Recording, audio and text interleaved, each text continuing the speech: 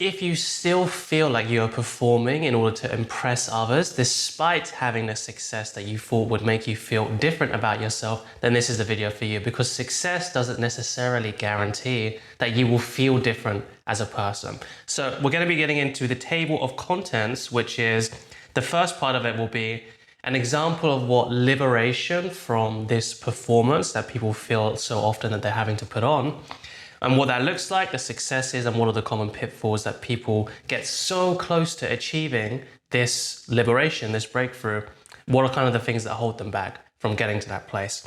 Then there's going to be the second part, which is step one of the system we're going to be getting into, and that is investigating your internal ecosystem with the 4 pillars of shadow. Without this, shadow work is almost useless. Then number 3, step 2, healing the shadow from the core wound level. So this section is going to be about symptoms versus systemic change. How do we move away from just the incremental change to actually getting a real transformation, so you don't just appear different to people, but you actually feel like a different person? And then we're going to be getting into part 4, step 3, an embodied practiced way of the warrior. This is actually going to be you going out, getting the successes you need, getting the feedback that maybe you didn't want, in order to really take this change from just being an internal, felt, subjective change to actually feeling that difference in the world. So embodied practice is all about going out into the world and actually testing, seeing if the changes we made internally can stand up to the weight of the world, so to speak. And what you're going to find if you've done this method properly is not only do these things not even trigger you anymore, but they don't even come up as a possible point of trigger. And if that's happening, then that means you've done everything correctly. Behavior and behavioral reset. If you're performing, you're never truly being yourself. If you're never truly yourself, then you can never truly connect with others and be who you want to be or find fulfillment in life. Why? Because there'll always be another peak for you to climb. So this is a really easy trap to fall into, because it's so easy to just think that if you just get one more success, then suddenly this is going to feel different. But this isn't the case, okay? This is actually the thing that's stopping you from getting fulfillment and happiness in this moment right now, because you're always looking at another peak, something else to climb.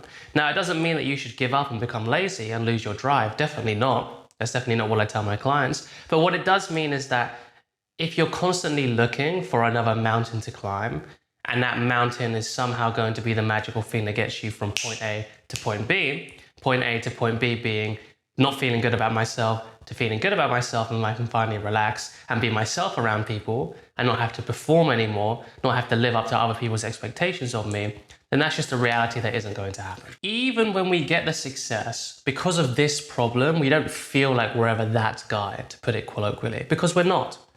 We're using success, we're using the external in order to tell us, to help us verify our own worthiness to ourselves.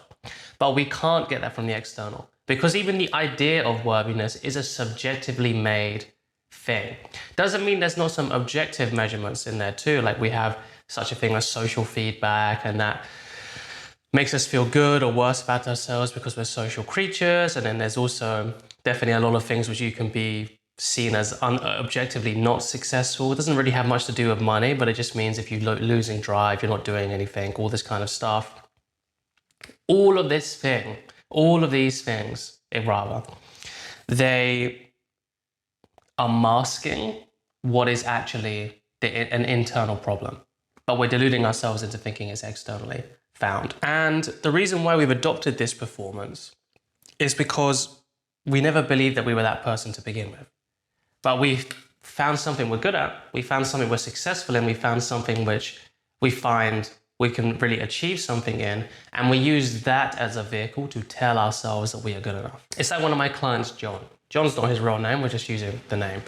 He was a successful software engineer, successful guy, had done inner work, some meditation retreats, maybe even some shadow work stuff, but nothing had really clicked. He still felt like he was having to put on a performance. He still felt like he had to put on a mask, like he constantly had to do something. In fact, one of the biggest things that we had to work on, or that kept on coming up for him for a while, was the fact that he always felt like he had to do something in relationships, whether that's a romantic relationship, a personal relationship, a work relationship. It was always so much doing that he felt like he could never just be himself, because if he was just himself, then suddenly he wouldn't be valuable anymore. He wouldn't be seen as worthy. He wouldn't be respected. His boundaries would have been tested. He wouldn't be attractive in case of a romantic relationship. Okay? This is the classic example of someone who's very, very successful, making six figures, done very well in college, done very well in his job, but still feels like somebody who doesn't have that life, who's objectively none of these things. All of this is because it's the core roots of the what, how, and why that was never addressed. His actual persona, his transformation. Only in all of the courses that he did before and some of the mentors and the coaches that he worked with, it was only symptom level. Okay, that was addressed. So after identifying this as a problem and doing some real embodied practice, shadow work, all of the stuff that we're going to be getting into in this video, he went from being broken up with and not feeling good enough. He went from actually having been broken up with and not feeling good enough and having to put on this performance with all of these people, to now being comfortable in his own skin and actually being respected more, being listened to more, and now also being in a loving relationship. And despite him not doing anything, people notice him more, people respect him more, and people kind of feel his presence in the room much, much more without him having to do anything, without him having to engage in this constant performance.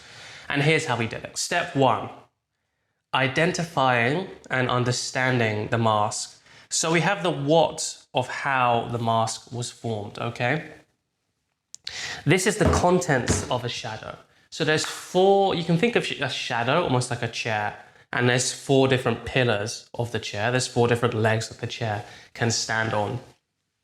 And the first one is the contents. This is the thing that most people get right, actually. We want to know the what of the shadow. So for an example like John, then maybe the what of his shadow would have been something like, well, I just don't feel like I'm worthy enough. That's the what, it's the contents. The contents is feeling worthy. Worthiness. How good does he feel about himself? Okay, it's very, very easy. It's actually quite easy to get a handle on this, and it's the handle that most people get on it. But there's still a few kind of housekeeping rules that we have to keep in mind.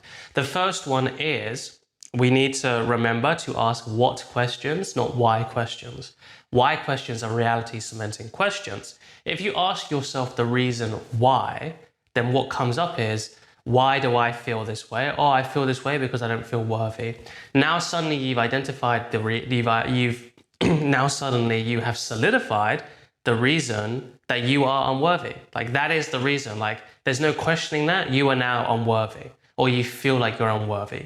You got to remember that language shapes our meaning. It's the delivery system to meaning. It's not the meaning itself. The meaning itself is kind of before language, or it's deeper than language. But because language is the vehicle that we use to interact with it, we have to be very careful about how we use it. So we don't ask why questions, we ask what questions. What questions are mechanical questions, okay? Mechanical questions get us deeper into the problem without us becoming identified with that problem. For an example, we say, what is happening right now? Well, what's happening right now is I have a storyline of unworthiness come up for me. Cool. You see how that is very different to why do I feel like this? I feel this way because I'm unworthy. Okay? So that's the first section. The second section, if we have the contents, we need the structure or the process shadow. What this is if we could boil it down to just one question, it's the how question. Okay?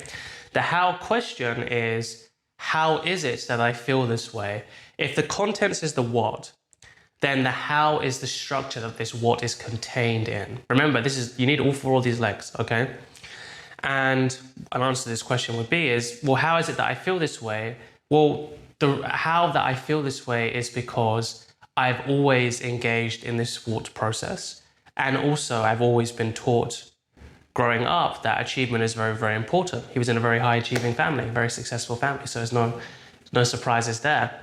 So you need to not just look at the what, but you need to look at the how something was formed and the overall structure of the shadow. Okay, this is where I start to see a lot of shadow work guys, they go wrong. They just treat it either all as structure or all as contents. You need both, you need all of it. There's a third section. The third section is, how do I then generate this? How does it come up in day-to-day life? So we have the structure, we have the contents. The generation would be something like, well, how is this that this keeps coming up? So very colloquially put, with memories, we don't really remember the actual memory. We just kind of remember the last time we remembered it. Okay, which is why memories change over time. It's also why eyewitness accounts, when it comes to certain crimes, I believe even like murder or big crimes like that, they're usually not taken too seriously, right? Because people remember different things when they're stressed. He said, she said. There's even like loads of experiments you can look up on YouTube where someone will come in with a very strong frame who's kind of part of the experiment, and there'll be another person there where the experiment happens to them, and maybe somebody will come into a shop and shoplift, and the person will be wearing like a blue shirt. Now the person that's in on the experiment will very assertively from the start say, no, he was wearing a red shirt. And over time, the other person's memory gets more and more bought into that until they also remember this person wearing a red shirt, okay? Now, why is that? It's because our memories are inherently flimsy. They're inherently mutable. They're inherently changeable. They change all of the time, which means our meanings around them also change all of the time too.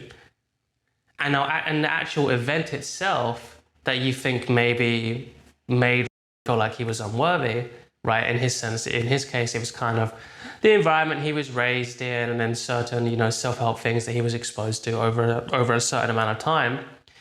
The funny thing is, if we actually went back to the exact moment that those things happened, then what we would find is that maybe he'd have a totally different perspective because all this time he's remembering it incorrectly.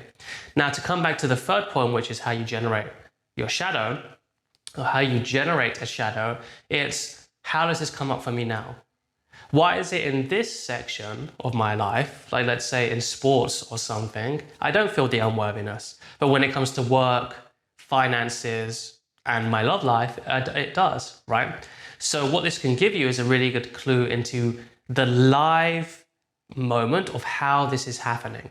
Because another big breakthrough that people make when they do shadow work is they start to realize that just because the storyline's been there for a long time doesn't make it any more inherent, doesn't make it any more solid. What that means is just because we've been thinking this for a while and we're identified with the storyline, that is not a justification or a reason in and of itself for this thing to keep coming up. We need to get tapped in to the what's happening right now. How am I generating this now? How is this coming up for me now? Because if we just say, oh, it's always been that way, then it stops us from investigating it. And curiosity and investigation are the most important things when it comes to investigating shadow, okay? Without those things, it just becomes, the storyline becomes staler and staler, it becomes more ingrained and more ingrained because we're not adding any extra real curiosity. We're not actually breaking it up with curiosity. Curiosity breaks up old stale storylines, okay? And we need to make sure that we're actually engaging in the here and the now, the generation of how this is actually happening now, not just because it's always been there and it's always going to be there in and of itself. That's why this third section is really, really important. Now, the fourth section is something which I call sustainment.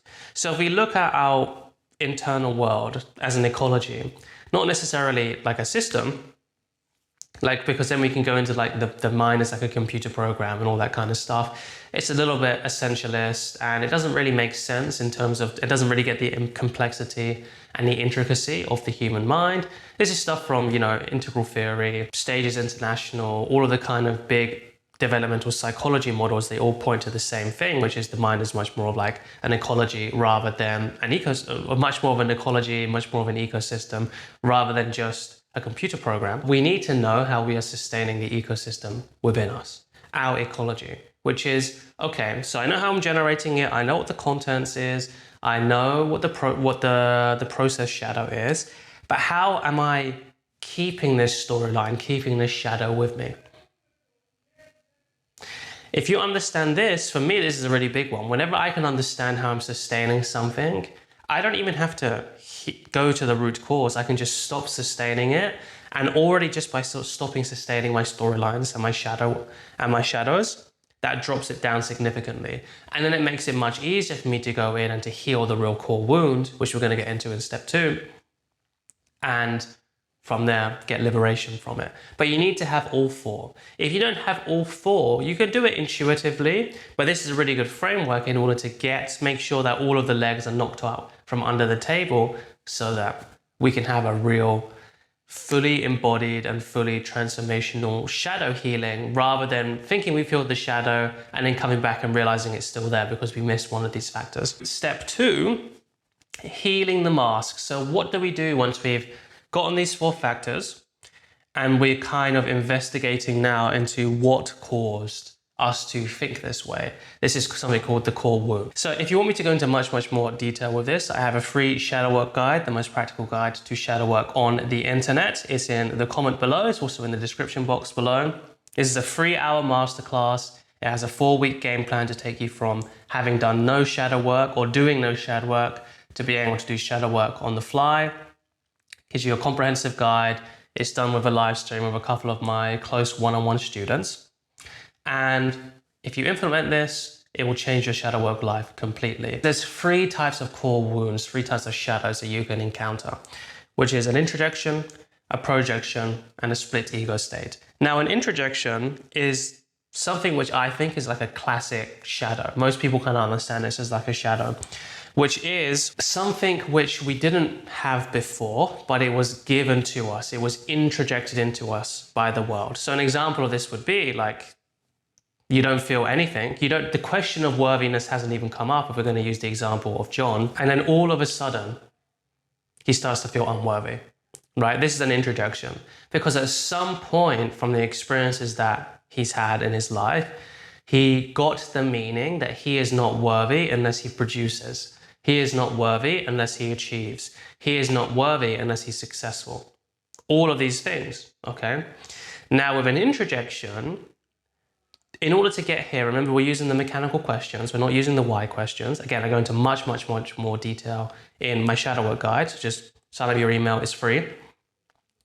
But once you've gotten to the core wound and the introjection is something like, yeah, I just believe that I'm not worthy unless I do X, then what we're doing here is we're letting go and we're giving back the introjection. This is where letting go is really applicable because we identify how this came into us. Remember, we're doing the what, the how, the sustainment, the generation, so we can get a real firm grip of the shadow, of the problem. And with that firm grip that we've got, we can now take the shadow and we can release it. We can give it back because that's where it came from. It's not something that's inherent within us. If you want to do a fact check on that, then you can say, was I born with this? The moment I came into the world, was this within me? If the answer is no, then that's an introject. Okay, now introjects, if you want to move away from the shadow work topic a little bit, we get introjects all the time. Not all of them are shadow introjects. A shadow introject is when it's an insecurity, something that's holding you back, a shadow, so to say. So with this, an introjection, you take it and you give it back to where it came from. And where it came from can be either an inciting incident or it can be a collection of incidents kind of compressed into one time frame where you got this idea repeatedly given to you until it finally took place. Now that can be done in a visualization, but also somatically. A lot of the time when you finally realize that you have this introjection and you get a firm grip on it, if you have a firm grip on something, you can move it around and release it. The second is a projection. These usually comes with introjections. They're split about 50-50, okay? And they usually sit a bit on top of an introjection, if we're going to be fair here. Now, what a projection is when we have a part of ourselves, it can also be a split ego state too, but not always. When we have a part of ourselves as a shadow, but we can't fully own it yet. Like, let's say we have this issue around worthiness, right? If we have the issue around worthiness and we see somebody who's acting very confidently, a lot of the time that can trigger us. That's what a projection is. And that trigger is like an anger trigger. Anger is one of the telltale signs of a projection. Now, what we have to realize is essentially to break down projections, there's so many different types of projections. There's golden projections, there's dark projections, there's complementary projections, there's matching projections. All of these different types of projections, I go into much more detail in the product below, but it's essentially realizing that, oh wait, the problem's not out there, it's within me. So it's a re-owning process. It takes a lot of accountability. However, the cool thing, and there's cool things about all of this, right? When you let go of an introjection, you feel so much lighter, you feel so much more freedom. You feel so much liberation. If you go from not feeling worthy to not having that anymore, we'll get into the aftercare of this in a minute, then that is a fundamental change in your fulfillment, happiness, and pleasure in life, as well as it making you much, much easier to do things that you want to do. Because if you no longer have this question of worthiness, then suddenly you can do anything and you're much, much more confident, right? That's why people can have transformational change when they do this stuff. Like for the example of this John character, he got broken up with.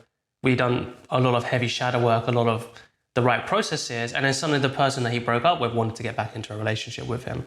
That stuff doesn't happen by accident, it's because of this. Now with a projection, whilst it feels like we're taking accountability, and sometimes that can be scary and it feels like we're taking on an extra weight, and sometimes we are, it also, with that weight, with power comes responsibility, right? Well, also with responsibility comes power.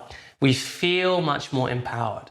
We have a lot more agency because we're no longer putting our responsibilities out here into the world, we're taking them back into us, okay? Now the last one, split ego state.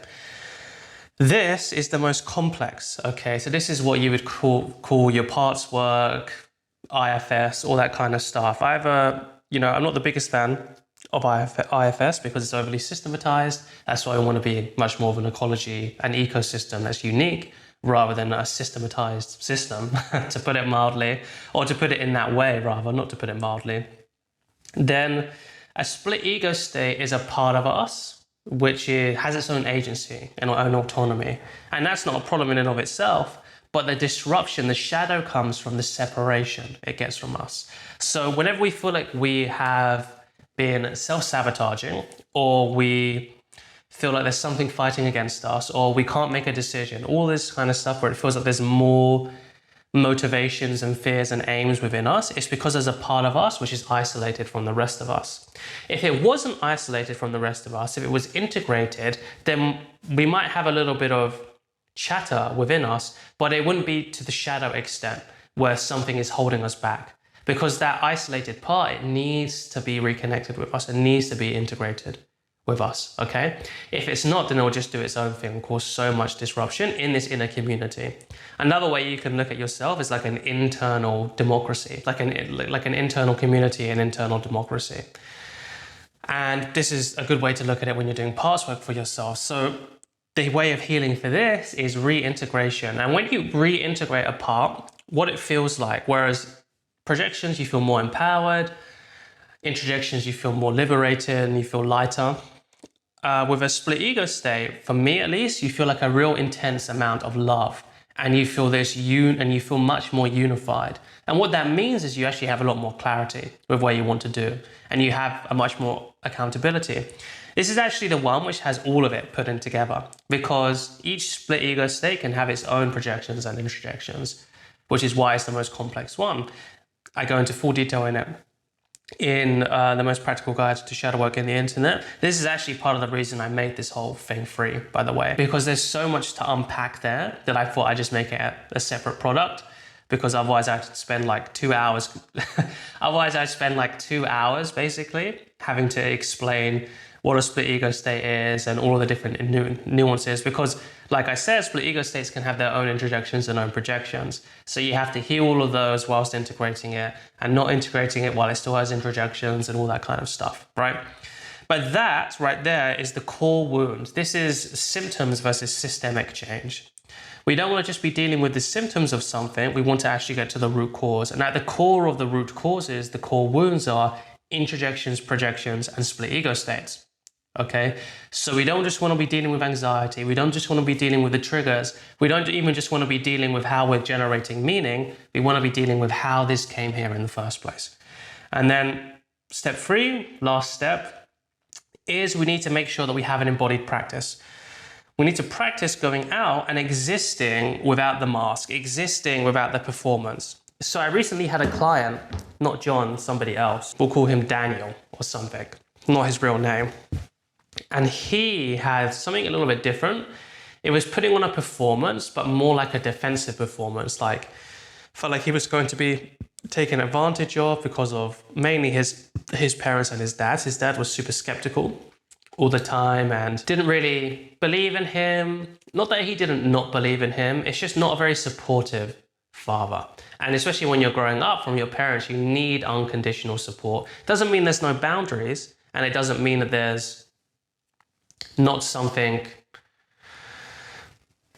keeping you disciplined or anything like that. It just means no matter what you do, this person will always have your back, and he never really received that. And when it comes to embodied change, sometimes for him, it felt like it was really hard for him to just let go and trust this new way of being, because this old way of being was so solidified, but also the old way of being was intensely skeptical anyway. So it makes him more skeptical to change, even though he's a very open person. So what we did with him is we said, just go out and try it piece by piece. Go out and try relaxing and feeling safe with people, like you have a good group of people around you. And this was his version of an embodied practice. Now, another more traditional way of doing an embodied practice is just actually going out into the world and seeing what happens without this narrative. So if we go back to the narrative of not feeling worthy, then we don't know if it's solved or not. Right? We just have to go out and we have to actually try and test things out in the world and expose ourselves. Now, what happens a lot of the time is clients go out and they forget that they have problems, or they go out and the trigger no longer triggers them, but they're not even anticipating the trigger, because if the trigger is no longer inside of us, it just loses all relevance for us. This is a good way to check how deep the shadow work healing has gone. So this is a really, really important stage. Another thing that's important to notice is we do not want to say, let's say we give the introjection back and we no longer have the belief that we are only worthy if we do something. What you'll notice here is there's an empty space, okay? We do not want to fill this empty space, because then we're just top-downing with the mind again. Essentially, we'll be creating a narrative from the place that the old narrative came from. Instead, with this space that's left over, we just let there be a space there. And over time, if we hold that space in love, in light, whatever your embodiment practice is, then a new embodied change, a bottom-up change can come there. So, because here's the thing, if we put the meaning, oh, I'm not worthy unless I do something, if we replace that to I'm worthy of everything regardless, the fact that we even have to say that makes it flimsy, right? Worthiness, like I am worthy no matter what. Like, of course, it's like me going out every day and saying the sky is blue. Like, I already know that.